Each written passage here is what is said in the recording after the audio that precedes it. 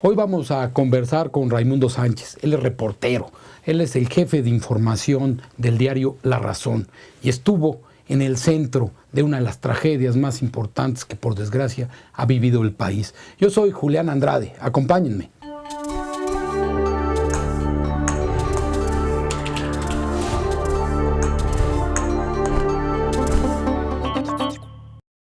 Estuviste en lo que podemos llamar la zona de...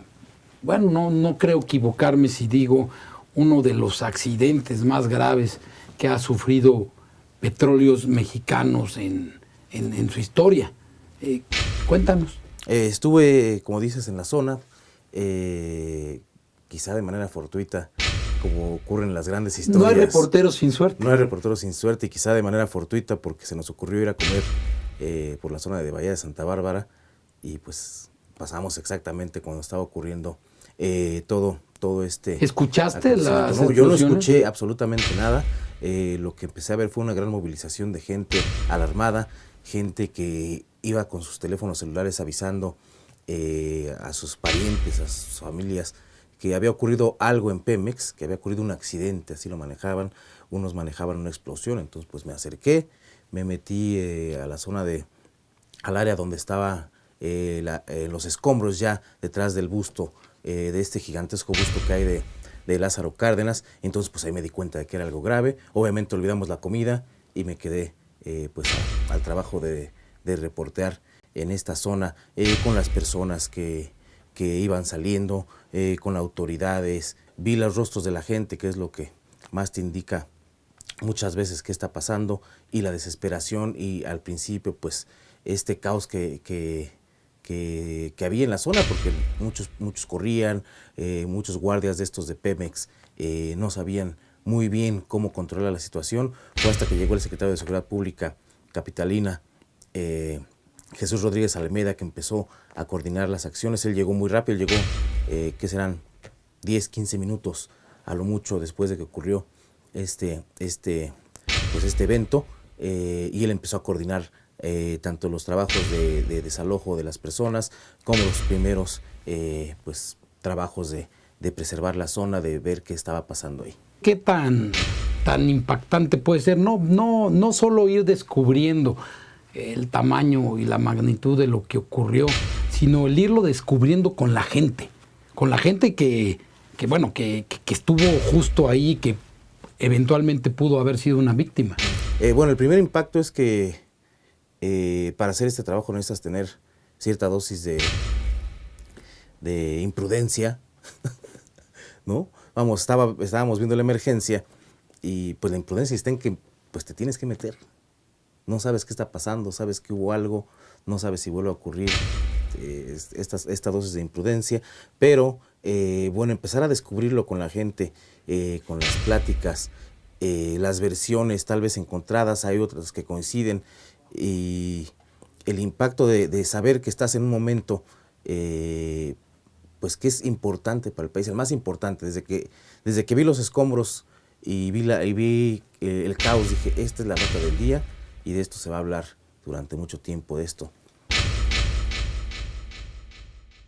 Este suceso importante, yo estoy aquí y voy a tratar de hacerlo, de describirlo en lo mejor que pueda. ¿Por qué? Porque tú en ese momento te conviertes en los ojos, en los oídos, en los sentidos de la gente, pues, ¿no? Les tienes que dar exactamente lo que oíste, lo que viste, lo que oliste, lo que percibiste, incluso en la piel, esa sensación de que te sientes con miedo también con la gente, llegas a tener esa empatía de la gente que tiene miedo, que está saliendo, que están buscando rostros conocidos para tener la certeza de que pues sus compañeros de trabajo están bien, y cuando no los encuentran se empiezan a configurar estos rostros de desesperación.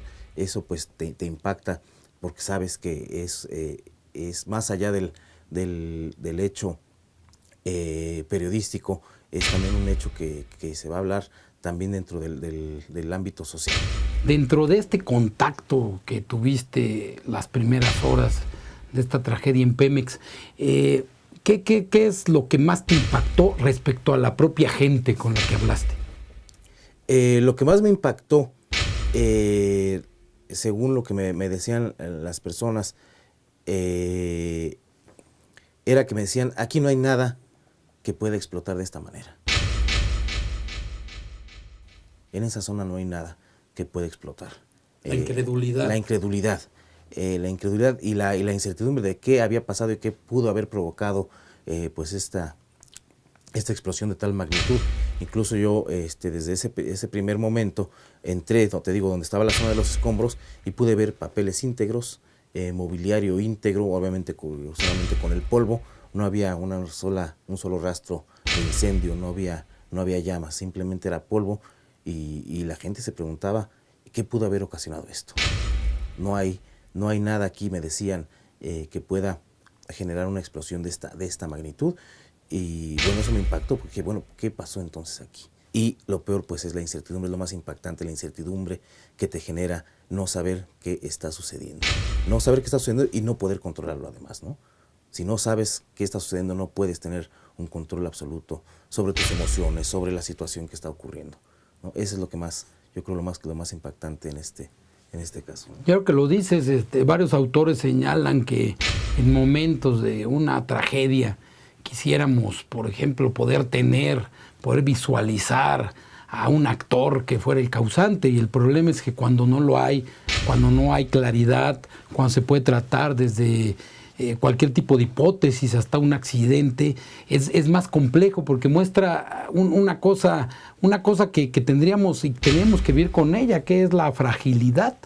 De un momento a otro todo puede cambiar. Así es, la fragilidad de que, como dices, en un segundo te cambia la vida o te la quita. Y no solo la vida, yo creo que hay un antes y un después para Pemex después de esto. Así es. Para nuestra empresa más importante. Así es, para el desarrollo del país también va a ser un antes y un después esto.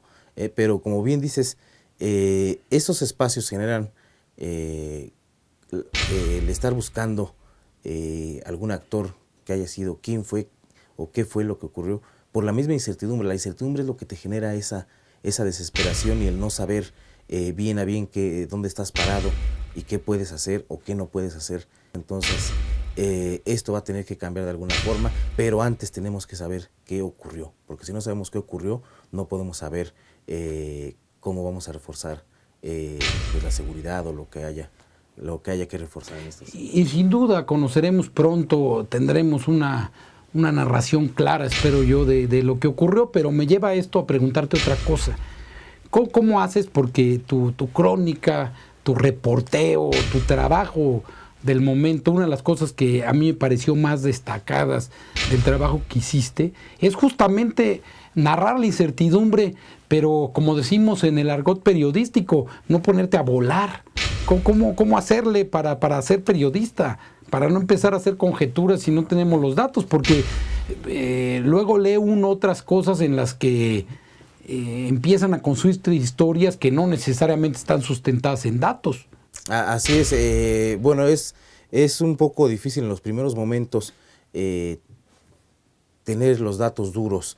Entonces cuando se empieza a generar la incertidumbre y pues lo que tienes que hacer es ir a verificar lo que está pasando, a verificar, siempre verificar. Se hablaba de muertos en esos primeros momentos, pero si yo no tenía la certeza de que en efecto había muertos, no tenía una voz autorizada que me dijera que había muertos, que había atrapados, que había lesionados, yo no puedo dar esa información.